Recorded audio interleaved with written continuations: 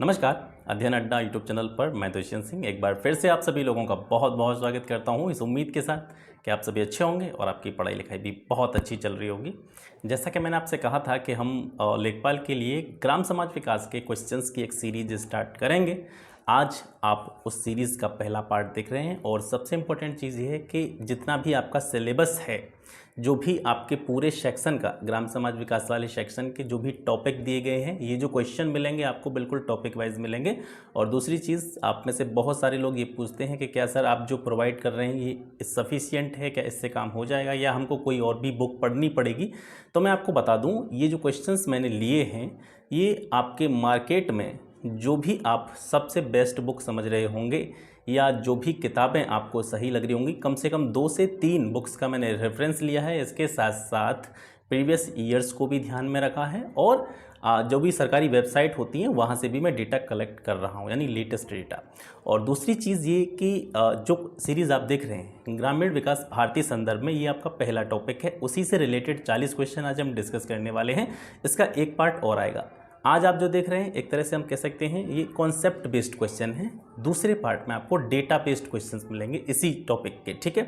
तो इसको अच्छी तरह से पढ़ते रहें, यही मुझे आपसे चाहिए और भरोसा करके आपको काम करना है, ठीक है। जैसे हम बीमार होते हैं तो डॉक्टर के पास जाते हैं ना, तो भरोसा करना पड़ता है उसके ऊपर। जब वो सर्जरी करता है, ऑपरेशन करता है, तो पेशेंट जो होता है वो ये सोच के ही उसके बेड पर लेटता है कि ये मेरे लिए कुछ ना कुछ अच्छा करेगा, कम से कम मेरी जान नहीं लेगा, ठीक है। मेरी जान बचाने के लिए ही कोशिश कर रहा है। तो मैं भी यही कोशिश कर रहा हूँ कि आपको कुछ बेनिफिट मिले। तो जो भी चीज़ें हैं उस पर आपको विश्वास करना पड़ता है। 2 ही चीज़ें ऐसी हैं, जो आपको कुछ बता रहा है, सिखा रहा है, पढ़ा रहा है, टीचर है, या जो आपको ट्रीट कर रहा है, डॉक्टर है।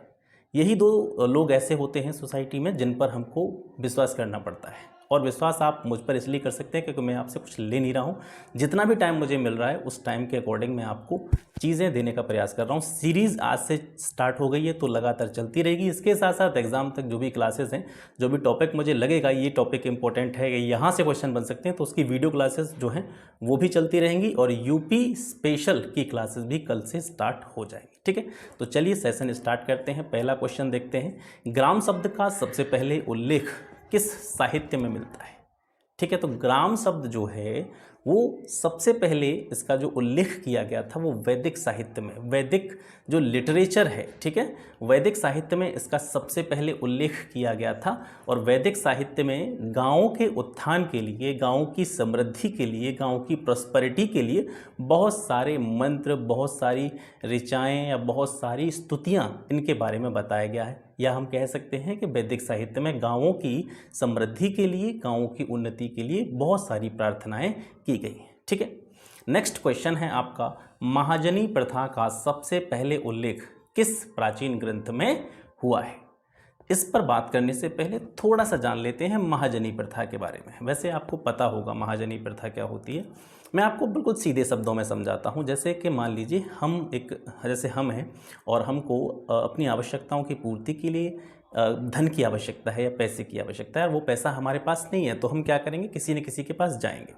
हालांकि आज के टाइम में ये सारी चीज़ें नहीं हैं। पुराने टाइम में क्या होता था कि जो किसान लोग होते थे या जो भी गरीब वर्ग के लोग होते थे, उनको पारिवारिक कोई ऐसी आवश्यकता पड़ती थी, मान लो उनकी किसी भी पुत्र का या पुत्री की शादी होती थी, तो उसके लिए उनको धन की आवश्यकता होती थी, तो वो महाजनों के पास जाते थे। महाजन शब्द जो है इसको आप मान सकते हैं उधार देने वाला या पैसे वाला व्यक्ति मान सकते हैं, ठीक है। मैं आपको बिल्कुल सीधी लैंग्वेज में समझाने की कोशिश कर रहा हूँ, बहुत सारा कॉम्प्लेक्स नहीं बनानी चीज़ों को। तो महाजन जो होते थे उनके पास जो गरीब लोग होते थे या कह सकते हैं गरीब किसान लोग होते थे, वो जाते थे। वो किसके लिए जाते थे? वो जाते थे धन लेने के लिए, पैसा उधार लेने के लिए। तो वो क्या करते थे, उनकी जो भी संपत्ति होती थी, ज़मीन होती थी, उसको गिरवी रख के उनको उल्टी सीधी सूद पर पैसा देते थे। और फिर क्या करते थे, वो धीरे धीरे उस चीज़ को हड़प लेते थे, उनकी संपत्ति को हड़प लेते थे, उनकी खेती बाड़ी को हड़प लेते थे। तो ये जो थी ये महाजनी प्रथा थी। हालांकि अब जैसे जैसे लगातार काम चल रहा है, गवर्नमेंट की जो है नई नई पॉलिसीज़ आ रही हैं इन सभी चीज़ों की रोकथाम के लिए, तो अभी जो महाजनी प्रथा है लगभग आप कह सकते हैं कि फिनिश है, समाप्त सी हो चुकी है। तो महाजनी प्रथा का सबसे पहले उल्लेख ये सबसे पहले कहाँ पे हुआ था? तो ये शतपथ ब्राह्मण में हुआ था।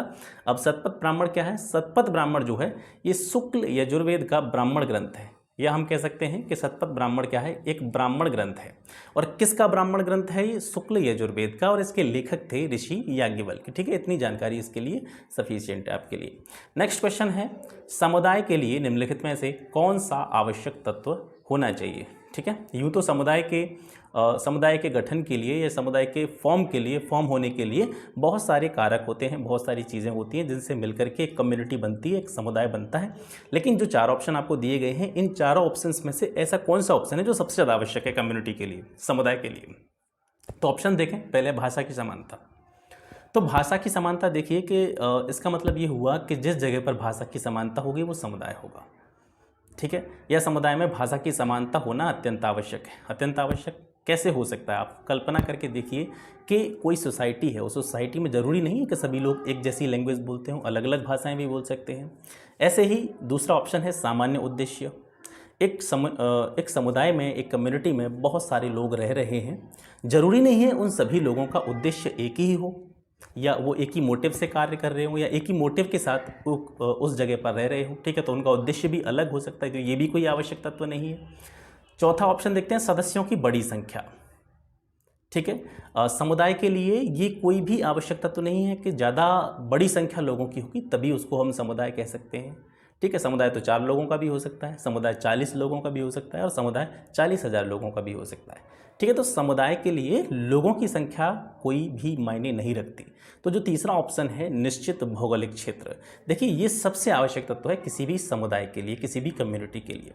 क्योंकि जब भौगोलिक क्षेत्र ही नहीं होगा तो समुदाय जन्म कहाँ पर लेगा, समुदाय निवास कहाँ पर करेगा, लोग जो है रहेंगे किस जगह पे? तो सबसे जो कह सकते हैं मिनिमम ज़रूरत जो होती है किसी समुदाय के गठित होने के लिए, किसी समुदाय के बनने के लिए, वो होती है निश्चित भौगोलिक क्षेत्र। किसी भी समुदाय के निर्माण के लिए सबसे पहली आवश्यकता एक निश्चित भौगोलिक क्षेत्र होती है, और सी जो आंसर है आपका राइट आंसर है। ठीक है, 4th क्वेश्चन है, ये कोटेशन है, एक कथन है। इस प्रकार के कथन भी जो है पूछे जा सकते हैं आपके एग्ज़ाम में, और मैंने वैसे कथन अगर देखेंगे तो बहुत सारे कथन हैं, 50 कथन मिल जाएंगे आपको, लेकिन इसमें से कुछ ही कथन ऐसे हैं जो मुझे लगे कि मेरे हिसाब से ये अच्छे हो सकते हैं या आपके एग्ज़ाम के लिए बेटर हो सकते हैं, उनको मैंने यहाँ पे ऐड किया है। तो ये कथन है कि स्वतंत्रता का प्रारंभ धरातल से होना चाहिए। ठीक है, धरातल का मतलब क्या है? जमीन। धरातल का मतलब तो वैसे ज़मीन होता है, लेकिन स्वतंत्रता का प्रारंभ धरातल से होना चाहिए। धरातल का अर्थ क्या है कि समाज का जो निचले से निचला तबका है, समाज का निम्न से निम्न वर्ग है, वहाँ तक स्वतंत्रता की जो कह सकते हैं कि भावना है वो होनी चाहिए, और वहाँ तक लोगों को स्वतंत्रता मिलनी चाहिए। प्रत्येक गांव एक छोटा गणराज्य होना चाहिए। जिस तरीके से हमारी जो सेंट्रल गवर्नमेंट है, हमारी जो केंद्र सरकार है, उसके पास पावर्स होती हैं, ठीक है, वो किसी के ऊपर डिपेंड नहीं है, उसी तरीके से गांव का प्रशासन भी ऐसा होना चाहिए कि गांव के पास भी अपनी खुद की पावर्स होनी चाहिए, गांव के लोगों के पास भी शक्तियां होना चाहिए, वो भी अपने डिसीजंस लेने के लिए स्वतंत्र होने चाहिए। ऐसा किसने कहा था? स्वतंत्रता का प्रारंभ धरातल से होना चाहिए, प्रत्येक गांव एक छोटा गणराज्य होना चाहिए, जिसके अधिकतर अधिकार उन लोगों के हाथ में हो। ये कोटेशंस किसने कही थी? ये महात्मा गांधी के द्वारा कहा गया कथन है, ये आप याद रखेंगे। ठीक है, 5वां क्वेश्चन है, भारत में आज भी संयुक्त परिवारों की सर्वाधिक संख्या पाई जाती है। संयुक्त परिवार क्या होते हैं? वैसे जब इसका पहला चैप्टर हमने किया था ग्राम समाज विकास का, तो मैंने इस चीज़ के बारे में बताया था संयुक्त परिवार क्या होता है। संयुक्त परिवार, जॉइंट फैमिली, आप में से भी बहुत सारे लोगों की जॉइंट फैमिली होगी। जॉइंट फैमिली की जो सैद्धांतिक परिभाषा है वो क्या है? एक ऐसा परिवार जिसमें 3 पीढ़ी या 3 से अधिक पीढ़ियों के लोग एक ही स्थान पर, एक ही घर में एक साथ निवास करते हो, वो संयुक्त परिवार होता है। ठीक है, और ऑप्शन दे रखे हैं आपके, ग्रामीण समुदाय, नगरीय समुदाय, उपनगरीय क्षेत्र और मलिन बस्ती। तो किस जगह पर, इन चारों में से किस जगह पर जो है संयुक्त परिवार सर्वाधिक संख्या में पाए जाते हैं? तो जनरल सी बात है कि आप में से बहुत सारे लोग गांव के होंगे, तो गांव में आपने देखा होगा 3-3 पीढ़ियों के लोग एक ही घर में रहते हैं, और ज़्यादातर जो ये जो क्वालिटी है ये ग्रामीण समुदाय में ही पाई जाती है। ग्रामीण समुदाय में सबसे ज़्यादा लोग संयुक्त परिवारों के रूप में निवास करते हैं। ठीक है, जबकि शहरी परिवारों में इसके सापेक्ष संयुक्त परिवार देखने को नहीं मिलते। तो इसका ए ऑप्शन जो है वो आपका राइट आंसर है, यानी कि संयुक्त परिवारों की सबसे ज़्यादा संख्या जो है वो ग्रामीण समुदाय में पाई जाती है। ठीक है, 6th क्वेश्चन, निम्न में से कौन सा पारिवारिक विघटन का परिणाम नहीं कहा जा सकता है? ठीक है, पारिवारिक यानी परिवार का विघटन हो गया, और परिवार के विघटन के कारण कौन कौन सी चीज़ें हो सकती हैं, कौन कौन से कह सकते हैं परिणाम हो सकते हैं, वो 4 ऑप्शंस में से आपको चूज करते हैं। पहला है बच्चों के पालन पोषण की समस्या, दूसरा है स्त्रियों की समस्या, तीसरा है वैयक्तिक विघटन, चौथा है युद्ध। तो देखिए इसका सीधा सा उत्तर है डी ऑप्शन है आपका, युद्ध पारिवारिक विघटन का परिणाम नहीं हो सकता। मान ली परिवार में विघटन हो गया, 2 भाई एक साथ रह रहे हैं, दोनों भाई अलग अलग रहने लग गए, विघटन हो गया परिवार में, तो युद्ध थोड़ी हो जाएगा। चलो कहासुनी हो सकती है, कह सकते हैं छोटी मोटी बहस हो सकती है, युद्ध थोड़ी हो जाएगा। युद्ध की एक कह सकते हैं कि बहुत बड़े पैमाने पर, जैसे अब यूक्रेन और रूस का जो चल रहा है बीच में, वो है युद्ध, उसको युद्ध कहते हैं, ठीक है। तो परिवार के विघटन से कभी भी युद्ध नहीं हो सकता है, तो ये इसका परिणाम नहीं है, ठीक है। 4 आर्य सत्य, 4 आर्य सत्य का संबंध किससे है, किस धर्म से है, जैन धर्म से, इस्लाम से, हिंदू से, बौद्ध से। तो 4 आर्य सत्य महात्मा बुद्ध के द्वारा चलाए गए बौद्ध धर्म में बताए गए हैं। और ये 4 आर्य सत्य कौन कौन से थे, दुख, दुख समुदाय, दुख निरोध और दुख निरोधगामिनी प्रतिपदा, ये 4 आर्य सत्य थे, ठीक है। बपतिस्मा अनुष्ठान का संबंध किससे है, जैन धर्म से, ईसाई से, हिंदू से, बौद्ध से। तो बपतिस्मा अनुष्ठान जो है ये ईसाई धर्म से संबंधित है। अब थोड़ा सा इसके बारे में जान लेते हैं कि बपतिस्मा अनुष्ठान होता क्या है। बपतिस्मा जो होता है इसको हम धार्मिक स्नान की संज्ञा दे सकते हैं, यानी बपतिस्मा को हम कह सकते हैं कि ये एक धार्मिक स्नान होता है। और किस प्रकार की क्रियाएं होती हैं, इसमें जल के साथ एक क्रिया की जाती है और कह सकते हैं एक धार्मिक कार्य है। और जनरली इसके द्वारा क्या किया जाता है कि जिस व्यक्ति को भी बपतिस्मा प्रदान किया जाता है वो तब किया जाता है जब उसे चर्च की सदस्यता प्रदान की जाती है। तो चर्च की सदस्यता प्रदान करने से पहले उसको या तो कह सकते हैं हम आधा जल में खड़ा करके कुछ धार्मिक क्रियाएं की जाती हैं, उसको बपतिस्मा कहते हैं। और ये एक अर्थ में और यूज होता है कि जैसे क्रिश्चियन रिलीजन में, ईसाई धर्म में जब भी किसी बच्चे का जन्म होता है उसको भी बपतिस्मा दिया जाता है, चर्च में उस बच्चे को ले जाया जाता है, फिर उसको क्या कहते हैं कुछ पवित्र उनका कोई जल होता है, उसमें जैसे हमारा गंगा जल होता है उसी तरीके से उनका भी कोई पवित्र जल होता होगा, तो उसमें उसको डुबकी लगाई जाती है, तो उसको भी बपतिस्मा कहा जाता है, ठीक है। तो ये ईसाई धर्म से संबंधित है। अगली कोटेशन है समाज संबंधों का ताना बाना है, ये किसने कहा था या किसका कथन है, तो ये मैकाइवर का कथन है, ठीक है। आज आपको थोड़े से क्वेश्चन ऐसे लग रहे होंगे कि ये बड़े जाने पहचाने से क्वेश्चन लग रहे होंगे या एक साइकोलॉजिकल बेस्ड क्वेश्चन लग रहे होंगे, लेकिन मैं बता रहा हूँ कि ये क्वेश्चन भी आपके ग्रामीण समाज जो भारतीय संदर्भ में जिसका अध्ययन किया जाता है उससे संबंधित हैं। और जैसा कि मैंने आपको बताया था ये कॉन्सेप्ट बेस्ड क्वेश्चन है, इनको करने के बाद में फैक्ट या डाटा बेस्ड क्वेश्चन जो होंगे उनको हम नेक्स्ट सीरीज़ में कवर करेंगे, ठीक है। जाति एक बंद वर्ग है, जाति एक बंद वर्ग है, यह कथन किसका है, ये किसने कहा था, तो ये कहा था मजूमदार एवं मदान ने, ठीक है। नेक्स्ट क्वेश्चन है रिलीजन शब्द किस भाषा से बना है, रिलीजन शब्द किस भाषा से बना है। पहला ऑप्शन ग्रीक, लैटिन, अंग्रेजी, पुर्तगाली। जनरली हम इसको देख के लगा देंगे रिलीजन, हम अंग्रेजी में पढ़ते हैं रिलीजन माने धर्म होता है, लेकिन रिलीजन जो वर्ड है ये किस लैंग्वेज का वर्ड है, ये लैटिन लैंग्वेज का वर्ड है, ठीक है, तो याद रखेंगे आप। संयुक्त परिवार के विघटन का कारण क्या है, जो भी जॉइंट फैमिली होती हैं उनमें विघटन किस कारण से होता है। चलचित्र यानी टीवी देखने से विघटन हो जाता है, तो इसको एक लीगल रीजन हम नहीं कह सकते हैं। दूसरा है व्यवसायिक उन्नति, ये देखिए एक कह सकते हैं अपवाद स्वरूप इनको कह सकते हैं। आप कहेंगे कि मान लीजिए कि 2 फैमिली रह रही हैं एक ही परिवार में, एक जो है ज़्यादा कह सकते हैं फाइनेंशियल फ्री हो गया, एक की फाइनेंशियली ज़्यादा उन्नति हो गई तो दूसरा उससे जलने लगा, तो ये जो है देखो सैद्धांतिक चीज़ नहीं है। इस तरीके से विघटन होते हैं, क्यों नहीं होते हैं, मैं मानता हूँ इस चीज़ को, लेकिन ये सैद्धांतिक चीज़ें नहीं हैं, ये व्यक्ति विशेष के लिए यूज की जा सकती हैं, लेकिन इनको हम कह सकते हैं एक सैद्धांतिक रूप इनको नहीं दिया जा सकता है। हम ग्रामीण समाज का अध्ययन कर रहे हैं तो उसी को बेस बनाते हुए, उसी को आधार बनाते हुए हम क्वेश्चंस के आंसर देंगे। संयुक्त परिवार के विघटन का कारण टीवी देखना नहीं हो सकता सैद्धांतिक रूप में, व्यवसाय की उन्नति नहीं हो सकता, कृषि में उन्नति होने से भी परिवार का विघटन नहीं होता है, ये सैद्धांतिक इसके कारण नहीं हो सकते, लेकिन नगरीकरण इसका सैद्धांतिक कारण हो सकता है संयुक्त परिवार के विघटन का कारण। जैसे कैसे हो सकता है उसको समझिए। एक परिवार में एक पिता अपने पुत्र, उसकी पत्नी और उसके बच्चों के साथ रह रहा है। अब नगरीकरण का दौर है, ठीक है। अब जैसे जैसे देख रहे हैं आधुनिकीकरण का ज़माना है, नगरीकरण हो रहा है, ज़्यादातर पॉपुलेशन गांवों से निकल करके शहरों की तरफ बढ़ रही है। लोग नौकरी की तलाश में शहरों तक जो है अप्रोच कर रहे हैं, शहरों की तरफ जा रहे हैं। तो गाँव में क्या है कि रोज़गार उतना नहीं मिल पाता, एक ही व्यवसाय है ले दे करके, वही कृषि पशुपालन, और वो इतना अच्छा आज की स्थिति में नहीं है कि उससे बहुत सारी चीज़ें अच्छी तरह से की जा सकें। तो लोग जो है शहरों की तरफ आकर्षित होते हैं, और शहरों की तरफ आकर्षित होते हैं तो कहीं ना कहीं व्यक्ति को कमाने के लिए, परिवार की जीविका चलाने के लिए घर से बाहर निकल के शहरों की तरफ जाना पड़ता है। यानी नगरीकरण की प्रक्रिया होती है। ये प्रोसेस जो है नगरीकरण का प्रोसेस है, और जब नगरीकरण का प्रोसेस होता है, परिवार में से एक व्यक्ति निकल करके अपने पर्सनल फैमिली के साथ में परिवार की आजीविका चलाने के लिए घर से बाहर निकलता है, शहरों की तरफ जाता है, तो कहीं ना कहीं विघटन पैदा हो जाता है संयुक्त परिवार में। ठीक है, तो नगरीकरण इसका एक लीगल रीजन हो सकता है। कुछ इंपॉर्टेंट पॉइंट्स देख लेते हैं इसके रिगार्डिंग। संयुक्त परिवार, जैसा कि मैंने अभी बताया था, संयुक्त परिवार क्या होता है? संयुक्त परिवार वह परिवार है जिसमें 3 या 3 से अधिक पीढ़ियों के सदस्य एक ही घर में साथ साथ रहते हैं। इस तरीके के प्रश्न भी आपसे पूछे जा सकते हैं कि संयुक्त परिवार की निम्नलिखित में से कौन सी विशेषता है या नहीं है, ऐसे भी पूछे जा सकता है।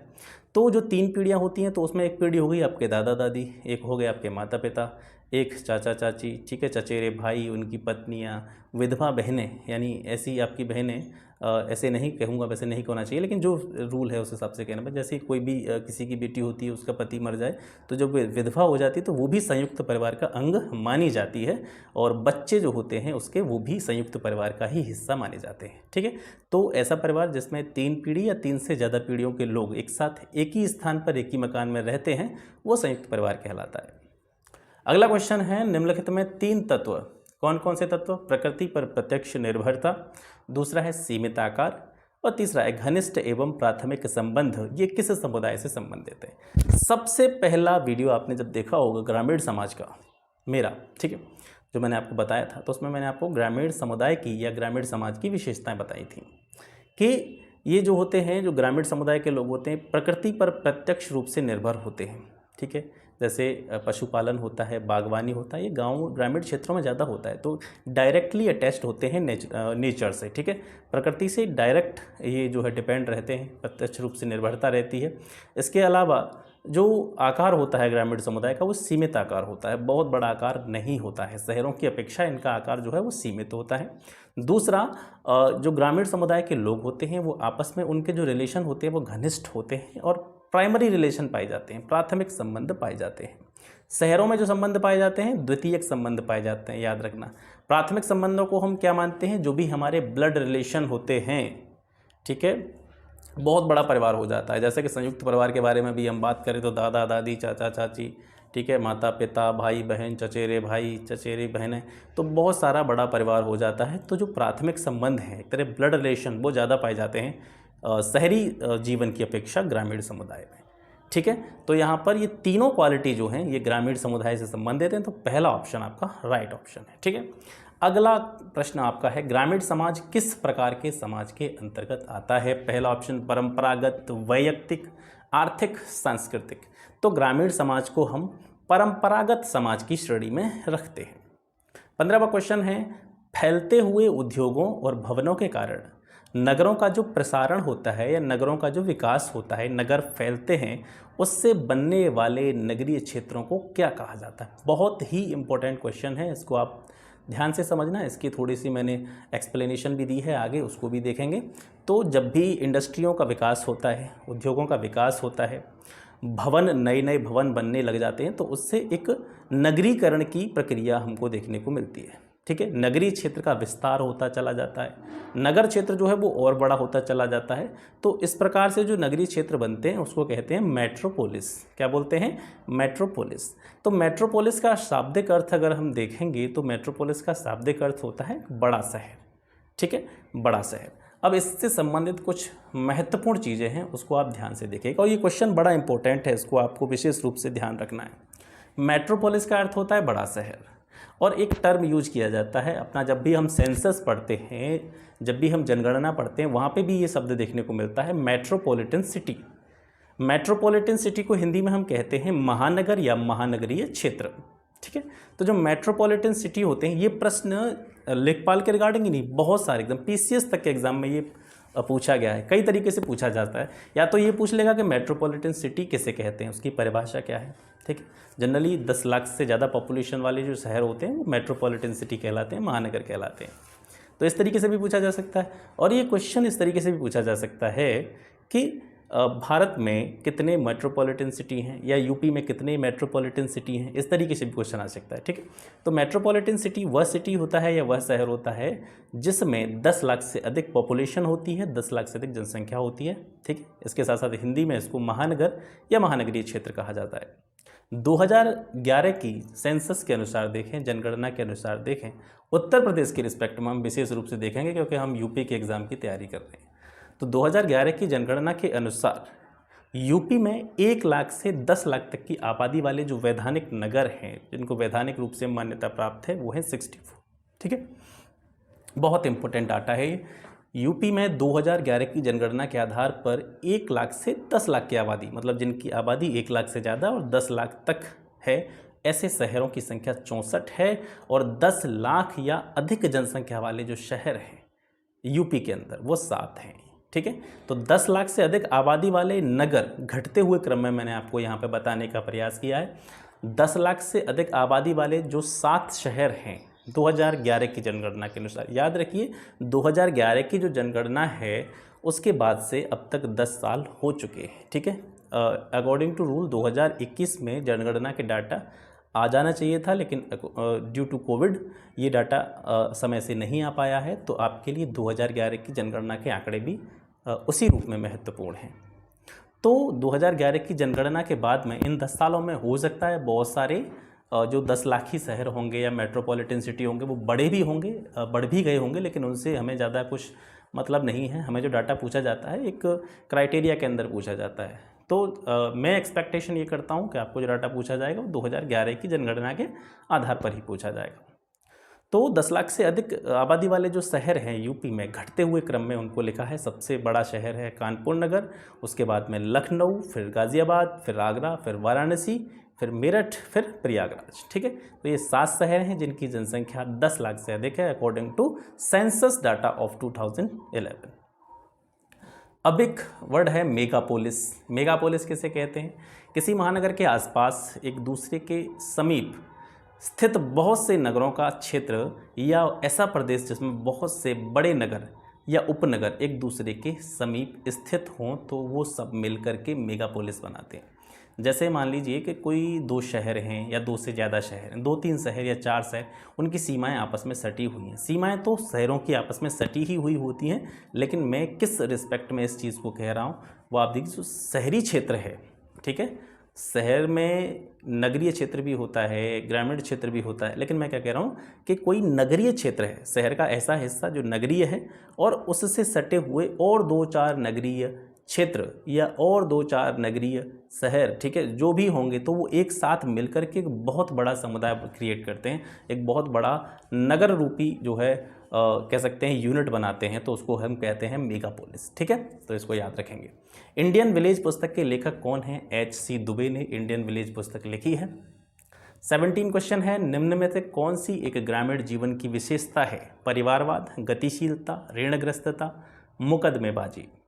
देखिए, ग्रामीण जीवन में ऋणग्रस्तता भी देखने को मिलती है, ग्रामीण जीवन में मुकदमेबाजी भी देखने को मिलती है, लेकिन ये उसकी विशेषता नहीं हो सकती है, क्योंकि ज़रूरी नहीं है। विशेषता तब होती है तब कह सकते हैं कि ऋणग्रस्तता केवल ग्रामीण समुदाय में पाई जाती है। ऋणग्रस्तता तो कहीं भी हो सकती है, मुकदमेबाजी भी कहीं भी हो सकती है। ठीक है, परिवारवाद की भावना जो है ग्रामीण समुदाय में विशेष रूप से पाई जाती है। तो पहला ऑप्शन इसका सही है। और जब भी आपको इस तरीके के ऑप्शंस देखने को मिलें जहाँ कन्फ्यूजन आपको क्रिएट हो रही है, तो आप क्या करना है आपको कि आपको उस ऑप्शन को चुनना है जो आपको सबसे मजबूत ऑप्शन लगता है। तो परिवारवाद की भावना जो है सबसे ज़्यादा ग्रामीण समुदाय के अंतर्गत ही पाई जाती है, तो ये स्ट्रॉन्ग ऑप्शन है, तो इसको हम चूज कर सकते हैं। संस्कृति का मुख्य वाहक है। संस्कृति एक पीढ़ी से दूसरी पीढ़ी तक कैसे ट्रांसफ़र होती है? ठीक है, या हम कह सकते हैं संस्कृति जो है, कल्चर, वो दूसरे लोगों तक कैसे पहुंचती है। तो उसके जो वाहक होते हैं, ट्रांसपोर्टेशन का मेन जो साधन है वो क्या है? तो भाषा और प्रतीक। लैंग्वेज जो होती है, भाषा जो होती है, उसके द्वारा कल्चर को एक स्थान से दूसरे स्थान पर वाहित किया जा सकता है, एक स्थान से दूसरे स्थान तक ट्रांसफ़र किया जा सकता है। 19th क्वेश्चन है, ईसाई धर्म के परंपरागत रूप में सुधार करके इसकी प्रोटेस्टेंट शाखा को किस ईसाई संत ने स्थापित किया था? Saint Joseph, Isa Masih, Martin Luther मूसा। तो ईसाई धर्म के परंपरागत रूप में सुधार करके जो प्रोटेस्टेंट शाखा थी, इसको विकास या इसका स्थापित करने का जो श्रेय जाता है वो जाता है मार्टिन लूथर को। ठीक है, इसने ये माना था क्योंकि जैसे सबसे पहले जब ईसाई धर्म शुरू हुआ था तो जो बाइबल थी, ईसाइयों की जो पवित्र पुस्तक है, उसमें जितनी भी टीचिंग्स हैं, उसमें जितनी भी शिक्षाएं दी गई हैं लोगों को, उसी के आधार पर पहले जो है चीज़ें चला करती थी। फिर धीरे धीरे हर रिलीजन की मैं बात कर रहा हूँ, जब भी कोई धर्म स्टार्ट हुआ और उसके स्टार्ट होने के कुछ समय बाद या कुछ एक लंबे अंतराल के बाद में उस धर्म में बहुत सारी विभिन्नताएं देखने को मिली हैं। जब भी हम एंशिएंट इंडिया पढ़ते हैं, अब प्राचीन भारत का जब हम अध्ययन करते हैं तो धर्म में बहुत सारे परिवर्तन देखने को मिलते हैं। तो ऐसे ही जब स्टार्ट हुआ था ईसाई धर्म, तो वो सारी जो उनकी लर्निंग्स थी, जो भी बाइबल में बताई गई थी, उसी के आधार पर पूरी सारी प्रक्रियाएं हुआ करती थी। धीरे धीरे इसमें कुछ रूढ़िवादिता आ गई, धीरे धीरे इसमें कुछ परिवर्तन हो गए नए नए, उसको वापस से पुनः उसी रूप में, यानी प्रोटेस्टेंट शाखा जो थी ये इस बात की समर्थक थी कि जो भी बाइबल में लिखा हुआ है वो बिल्कुल अटल सत्य है और पूरा जो काम है, पूरी भी जीवन की जो प्रक्रिया है वो बिल्कुल बाइबल के आधार पर चलाई जानी चाहिए। प्रोटेस्टेंट शाखा का ये मत था। ठीक है, तो इसको मार्टिन लूथर ने स्थापित किया था। आगे बढ़ते हैं। दास कैपिटल पुस्तक के लेखक कार्ल मार्क्स हैं। सोशल चेंज पुस्तक के लेखक ऑकबर्न हैं। 22 क्वेश्चन है, सामाजिक परिवर्तन के सांस्कृतिक कारक का समर्थन कौन है? ठीक है, यानी समाज में जो परिवर्तन होता है, सोशल चेंज जो होता है, सोसाइटी में जो परिवर्तन होते हैं वो सांस्कृतिक कारकों की वजह से होते हैं, कल्चरल रीजन उसके होते हैं। ऐसा मानने वाला कौन था? Max weber. ठीक है। 23 क्वेश्चन, ग्रामीण राजनीतिक जीवन में बदलाव के संदर्भ में यह कथन किनका है कि जिन ग्रामीण क्षेत्रों में निम्न जातियों के लोगों की संख्या अधिक है वे प्रमुख जातियों के रूप में संगठित हो गई हैं? ये श्रीनिवास ने कहा था। किस विद्वान ने ग्रामीण समुदाय को लघु समुदाय कहा है? ग्रामीण समुदाय को लघु समुदाय की संज्ञा दी थी रॉबर्ट रेडफील्ड नामक विद्वान ने। अगला क्वेश्चन है, उपनगरीय ग्राम क्या होता है? बहुत इंपॉर्टेंट क्वेश्चन है, इसको ध्यान से आपको देखना है। उपनगरीय ग्राम किसे कहते हैं? जब मैंने ग्रामों के प्रकार आपको बताए थे तब भी मैंने आपको ये क्वेश्चन बताया था।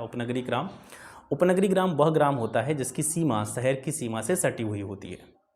ठीक है, और शहर की सीमा से सटी हुई सीमा जिस ग्राम की होती है उसको हम कहते हैं उपनगरीय ग्राम, क्योंकि उसमें कुछ क्वालिटी जो है वो शहर की भी होती है, कुछ क्वालिटी उसमें गांव की भी होती है। और उस गांव और शहर के बीच का जो क्षेत्र होता है उसको बोलते हैं हम संक्रमण क्षेत्र। ठीक है, क्या बोलते हैं उसको हम? संक्रमण क्षेत्र, क्योंकि दोनों तरफ की जो क्वालिटी होती है, गाँव की भी कुछ क्वालिटी और शहर की भी कुछ क्वालिटी, दोनों वहाँ पे मिक्सअप हो जाती हैं। और वहाँ के लोगों के बारे में आप जब देखेंगे, वहाँ के लोगों से आप मिलेंगे, तो वहाँ पे आपको ये महसूस होगा कि यहाँ पर जो है गांव जो लोग हैं वो गांव के भी कल्चर को समेटे हुए हैं और शहर के कल्चर को भी समेटे हुए हैं। तो ठीक है, तो ये क्षेत्र जो होता है ये उपनगरीय ग्राम या उपनगरीय क्षेत्र कहलाता है। नेक्स्ट है, जनगणना 2011 के अनुसार ग्रामीण उत्तर प्रदेश की आबादी कितनी है? 73%, 77.73% और 76.75% और 75%। तो 2011 की सेंसस के अनुसार उत्तर प्रदेश की जो ग्रामीण जनसंख्या है वो है आपकी 77.73%। ठीक है, कुछ महत्वपूर्ण बिंदु देख लेते हैं। जनगणना 2011 के अनुसार यूपी में जो कुल ग्रामीण जनसंख्या है, नंबर में इसको हम देख रहे हैं। ठीक है, 15,53,17,278 15,53,17,278 जो जनसंख्या है ये ग्रामीण जनसंख्या है। और according to complete population of UP, अगर इसको देखा जाए यूपी की पॉपुलेशन के रिस्पेक्ट में, तो यह इसका जो प्रतिशत है 77.73% है। नगरीय जनसंख्या की बात करें, जनगणना 2011 के अनुसार यूपी की जो नगरीय जनसंख्या है वो है 4,44,95,063। ठीक है, ये नगरीय जनसंख्या है। और पूरे यूपी की जो पॉपुलेशन है उसका यह 22.27% से। दोनों डाटा मोस्ट इंपॉर्टेंट है, इनको आपको याद रखना है। टोटल पॉपुलेशन दोनों को ऐड कर देंगे, निकाल देंगे। जनगणना 2011 के अनुसार यूपी की जो टोटल पॉपुलेशन है 19,98,12,341 2011 की जनगणना के अनुसार। ठीक है, आगे बढ़ते हैं। 2001 में जो यूपी की जनसंख्या थी वो देश की आबादी का 16.16% थी। पूरे देश की जितनी भी आबादी थी 2001 की जनगणना में यूपी की जनसंख्या जो थी पूरे देश का 16.16% थी। 2011 की जनसंख्या में यह बढ़कर के 16.51% हो गई। ये भी बहुत इंपॉर्टेंट पॉइंट है। आपसे पूछा जा सकता है कि यूपी की जनसंख्या 2011 की जनगणना के अनुसार भारत की जनसंख्या का कितना प्रतिशत है, तो आप याद रखेंगे। ठीक है, निम्नलिखित में से कौन एक ग्रामीण परिवेश की विशिष्टता को नहीं दर्शाता है? कौन सी विशेषता ऐसी है जो ग्रामीण जीवन की नहीं है? सरल एवं सामान्य जीवन भैया होता है ग्रामीण लोगों का, तो सरल ही जीवन होता है। सामाजिक गतिशीलता का अभाव, बिल्कुल सामाजिक गतिशीलता का अभाव पाया जाता है क्योंकि वो लोग ज़्यादातर एक ही स्थान पर कह सकते हैं हम कांस्टेंट रहते हैं, स्थिर रहते हैं। चौथा ऑप्शन है श्रम के विशेषीकरण का महत्व, बिल्कुल पाया जाता है क्योंकि श्रम की तो वैसे भी किल्लत रहती है ग्रामीण क्षेत्र में, श्रम वैसे भी नहीं मिल पाता लोगों को, तो श्रम का जो विशेषीकरण है उसका बहुत महत्व रहता है गांव में। लेकिन जो सी ऑप्शन है आपका एकल परिवार की परंपरा, ये ग्रामीण समुदाय की विशेषता नहीं है, ग्रामीण समुदाय की विशेषता है संयुक्त परिवार। ठीक है, सी ऑप्शन आपका राइट आंसर है। आगे बढ़ते हैं, परिवार के उद्विकासी सिद्धांत के प्रतिपादक कौन थे? तो परिवार के उद्विकासी सिद्धांत के प्रतिपादक थे बैकोफन। ठीक है, बैकोफन ने परिवार का उद्विकासी सिद्धांत दिया था, लेकिन इस सिद्धांत की विस्तृत रूप से जो व्याख्या की थी वो मॉर्गन ने की थी। ठीक है, बैकोफन ने उद्विकासी सिद्धांत के 4 रूपों के बारे में बताया। वो 4 रूप कौन से हैं? कामाचार की स्थिति, बहुपति विवाही परिवार, बहुपत्नी विवाही परिवार और एक विवाही परिवार। मॉर्गन ने इसके 5 लेवल्स के बारे में बताया है, 5 स्तरों के बारे में बताया है। वो 5 स्तर कौन से हैं? समरक्त विवाह, समूह विवाह परिवार, सिस्मांडियन परिवार, पितृसत्तात्मक परिवार और एक विवाही परिवार। इन 5 रूपों के बारे में मॉर्गन ने बताया है। ठीक, बोर मत होना आज इसके सेशन को देख के, हो सकता है क्वेश्चन ऐसे हों जिनसे आपको थोड़ा सा इंटरेस्ट नहीं जाग रहा हो। नेक्स्ट सेशन जो इसका आएगा उसमें हम डेटा बेस्ड क्वेश्चंस को सॉल्व करेंगे, तो डेटा बेस्ड क्वेश्चन ऐसे होंगे, उनको पढ़ने में आपको मज़ा भी आएगा। हालांकि मुझे तो इसमें बहुत अच्छा लग रहा है क्योंकि इसमें बोलने के लिए कुछ ज़्यादा रहता है। ठीक है, बड़ा इंपॉर्टेंट क्वेश्चन है, दायभाग संयुक्त परिवार किस राज्य में पाया जाता है? ये परिवार का एक प्रकार है। ठीक है, संयुक्त परिवार का ही एक प्रकार है। 2 तरह के संयुक्त परिवार होते हैं, एक दायभाग संयुक्त परिवार होता है, एक मिताक्षरा संयुक्त परिवार होता है। दायभाग संयुक्त परिवार पाया जाता है आपका बंगाल और असम में। ठीक है, दायभाग संयुक्त परिवार कहाँ पाया जाता है?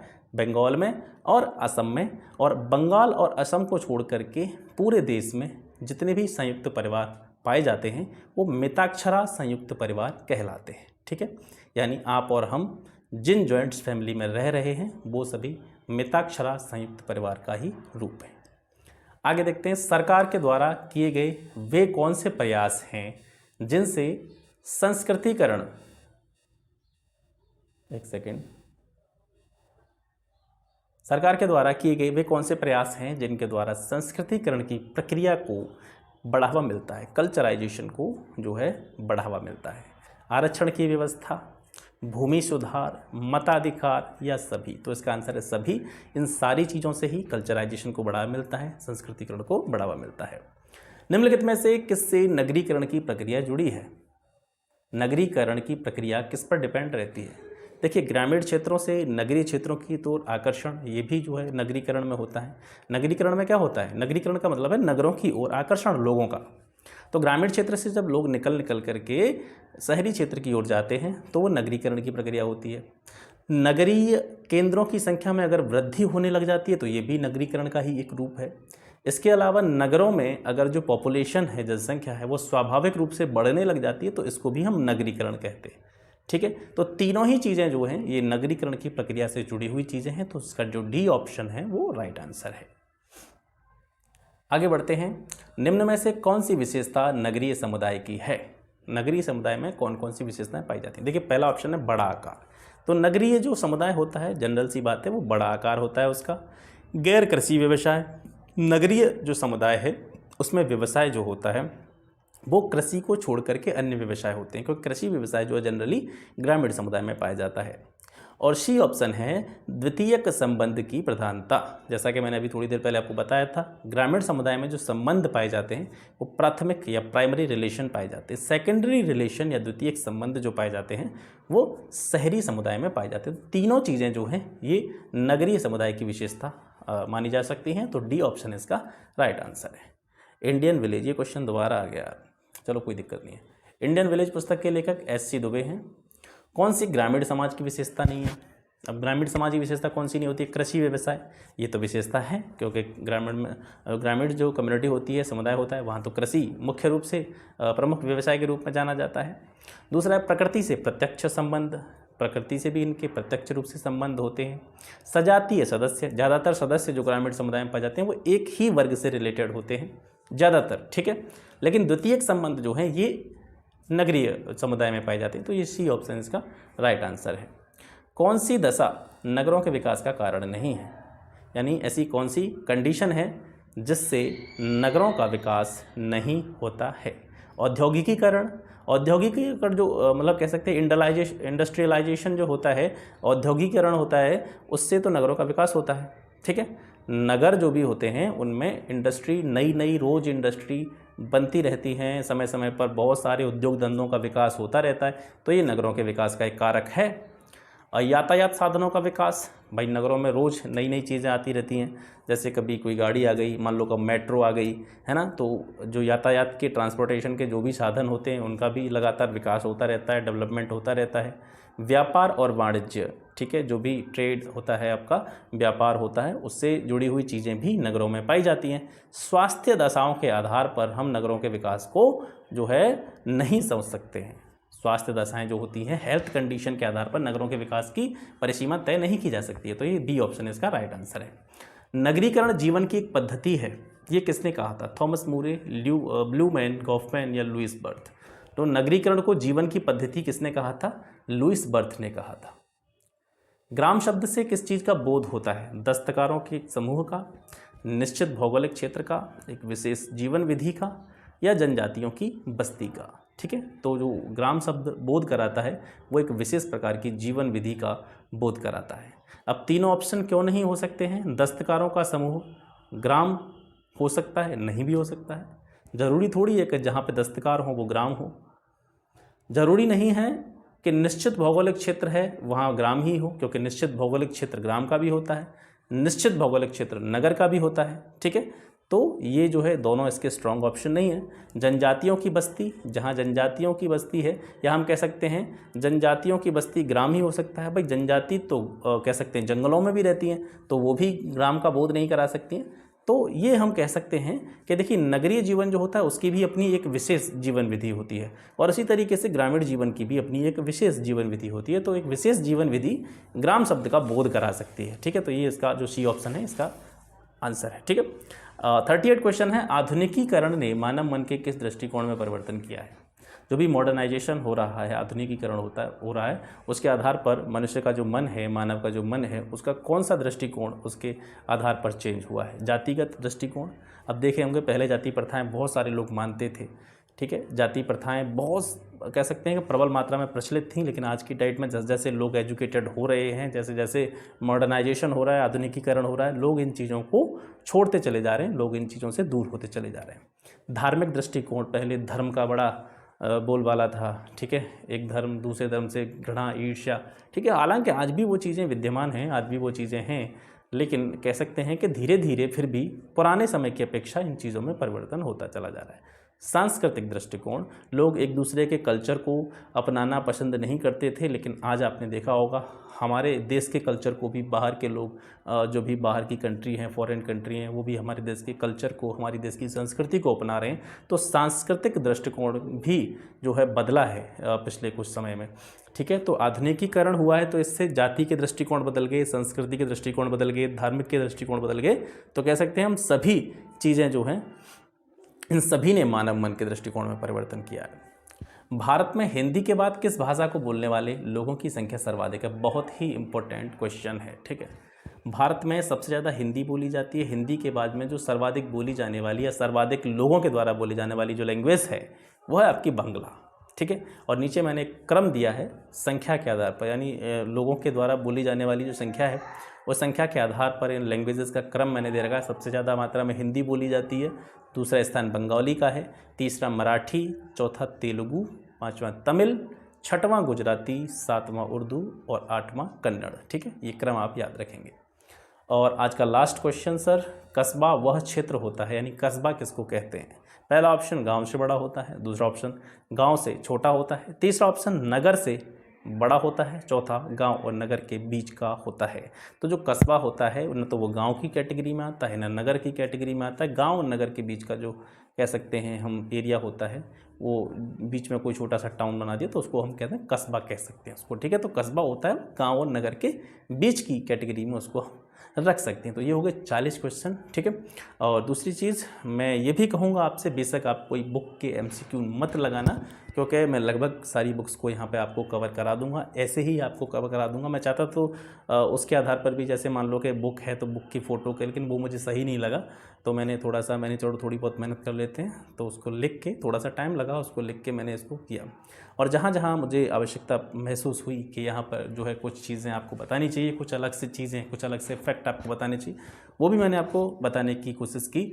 और इस वीडियो को देखने के बाद में, इस सेशन को देखने के बाद में अपना जो फीडबैक है, जैसा कि मैं हमेशा कहता हूँ, फीडबैक ज़रूर देना, कहाँ पर कमी रही इसमें या किस तरीके की चीज़ें और सम्मिलित की जानी चाहिए, जो आपके सुझाव हैं, सजेशंस हैं, वो बिल्कुल आप मुझे आवश्यक रूप से बताएंगे।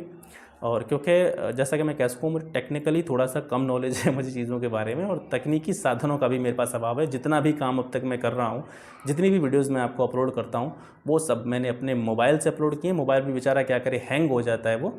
तो पहला सेशन है आपको क्वेश्चंस जो हैं, जैसे आप देखेंगे चक्षु प्रकाशन की जो बुक है उसमें भी आप देखेंगे तो 100 क्वेश्चन दे रखे हैं, लेकिन 100 क्वेश्चन में बहुत सारे क्वेश्चन ऐसे हैं सर, उसका कोई मतलब ही नहीं है आपके सिलेबस से, उनको बेफिजूल में आप रटते फिरो तो उससे भी कोई फ़ायदा नहीं है।